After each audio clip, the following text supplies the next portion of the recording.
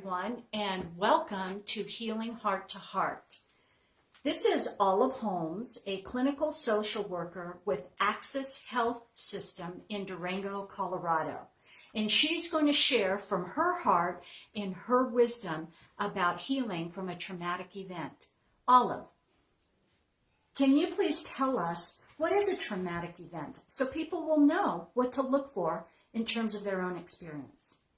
So a traumatic event is any event in which an individual experiences a direct threat of injury, serious injury, or death to themselves, or it can also be when someone witnesses a threat to someone else or sees an injury actually happen. And so this would apply to students who were in the Aztec shooting recently. And would it also apply to the community who sort of vicariously witnessed this traumatic event?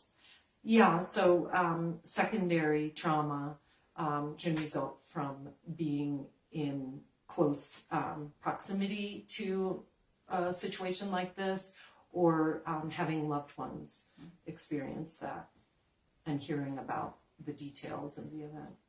So I imagine that people respond differently to trauma. Can you help us understand some of the range of responses? Mm-hmm. Yeah, reactions can definitely vary a lot, and it's important to be responsive to somebody that you're trying to support. A sense of connection can be very helpful, whether to an immediate family or the larger community. And as the person who's looking to provide support, we can be sensitive to whether someone is more of an internal processor or an external processor.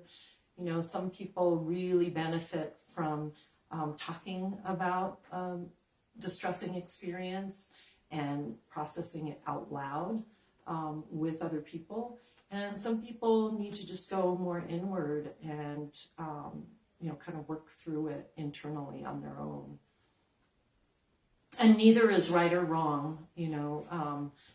There's no right way to grieve either. So the more we can allow people to have their experience. And some of the specific things to look for would include an increase in arousal, in reactivity to stresses, could be a withdrawing, maybe pulling away from family and friends. Trauma can affect our memory and perception. And in younger kids, you can see some of the same reactions, but they'll be expressed differently. So you might see some regression to behaviors that they previously outgrown. You might see some bedwetting or maybe some separation anxiety. And for any age, it can lead to a loss of a sense of safety, decreased sense of self-efficacy. It can really shake up one's trust in the world and in one's safety in the world. So there's a wide range of possible reactions. Thanks. Those are important things to be aware of and to look for. So what do you suggest that parents do? And a second question to that is, what if you're a parent who is an internal processor and a child who's an external, or vice versa? How would you recommend the parent build that bridge? Well, first of all, I think just being there and letting your child know that you're available and that you care about them, and not having any particular agenda that you're trying to force on them, but just being available and being willing to listen. I would say staying away from advice giving, but just being willing to be present and a supportive listener for your child.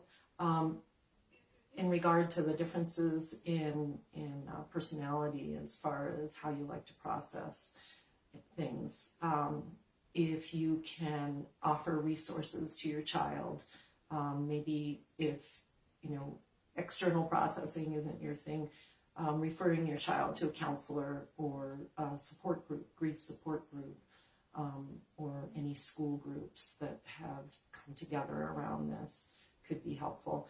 And then with the more introspective child, allowing them to have some space, but also not letting them isolate too much. So making sure that they feel connected and that they don't withdraw too much to the point where it's really showing up in their daily functioning and involvement in activities. So it's kind of a balance between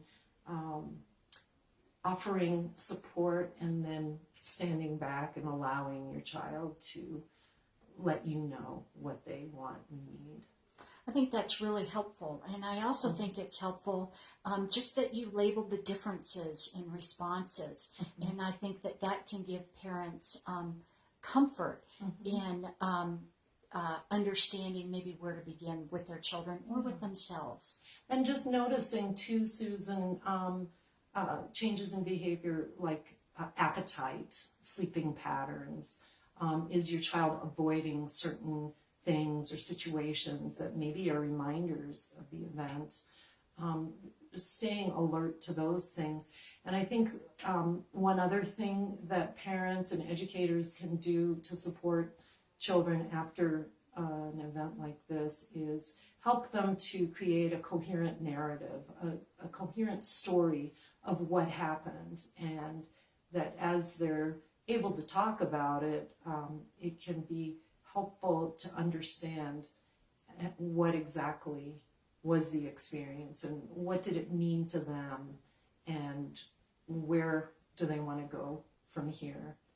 So this leads into, the opportunity for community, which is to take a tragedy like this and use it to discover, well, what are our values as a community? What is the kind of community that we want to have and develop?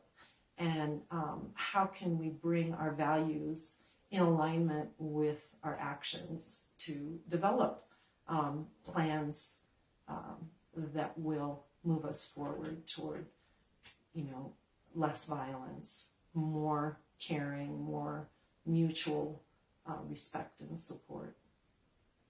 Thank you, Olive. Thank you for sharing Healing Heart to Heart. Thanks, Susan.